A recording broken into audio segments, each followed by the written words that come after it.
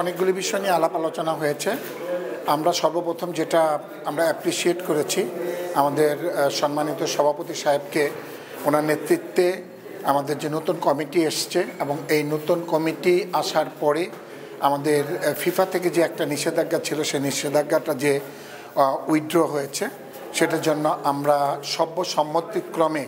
আমাদের এক্সিকিউটিভ কমিটির সকল মেম্বার এবং ভাইস প্রেসিডেন্ট আমরা সবাই, আমাদের এটা প্রেসিডেন্টের নেতৃত্বেই হয়েছে এবং তার অক্লান্ত পরিশ্রমের পরিপ্রেক্ষিতে এই জিনিসটা যেহেতু উইথড্র হয়েছে, আমরা এখন নিখুঁতভাবে কাজ করে যাওয়ার জন্য ফিফা থেকে যে সহযোগিতা পাবো সেটার জন্য আমরা প্রেসিডেন্টকে প্রথমেই ধন্যবাদ জানিয়েছি। প্রথম আমাদের এটা ছিল। তারপরে আমরা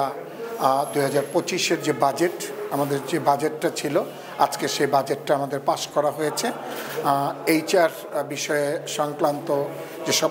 আলোচনা হয়েছে এবং সেটাও আমাদের পাশ হয়েছে। আর সবচেয়ে বড় জিনিস যেটা, সেটা হচ্ছে যে আমাদের স্কুল ফুটবলটা আগামী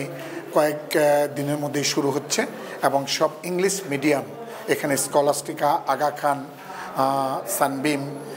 বড় যে ইংলিশ মিডিয়ামের স্কুলগুলি আছে, সেই স্কুলগুলির যে স্কুল ফুটবল আপনারা জানেন যে ফর্টিসের মাঠে অনুষ্ঠিত হবে এবং সেখানে আমরা সারা বাংলাদেশের মানুষকে আমন্ত্রণ জানাচ্ছি খেলার জন্য। এ বিষয়ে আমাদের আলাপ আলোচনা হয়েছে এবং মিটিংয়ে এটা সিদ্ধান্ত হয়েছে এবং পাস হয়েছে। এই ব্যাপারগুলোই আমাদের আসলে আজকে মুখ্য বিষয় ছিল। আর আপনারা জানেন যে আপনাদের মাধ্যমে আমরা দেশবাসীর কাছে আগামী 25 তারিখে যে আমাদের বাংলাদেশ জাতীয় ফুটবল দলের যে খেলা রয়েছে, আমাদের নতুন যে একজন খেলোয়াড় এসছেন যে হামজাকে নিয়েই যে আপনাদের মাধ্যমে সারা বাংলাদেশের মানুষ অধীর আগ্রহে যে অপেক্ষা করছে, আমরা সেই 25 তারিখের ভারতের সাথে যে আমাদের যে খেলাটা, সেই খেলাটাকে আমরা গুরুত্ব সহকারে নিচ্ছি এবং আজকে আমাদের সকালেই আমাদের বাংলাদেশ জাতীয় দল শিলংয়ে গিয়েছে এবং সেখানে তারা পৌঁছিয়েছে এবং পৌঁছিয়ে তারা আল্লাহর রহমতে সবাই ভালো আছে, সুস্থ আছে এবং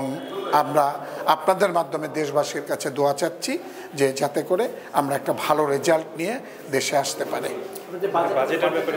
বাজেটের ব্যাপারে আমাদের আলাপ আলোচনা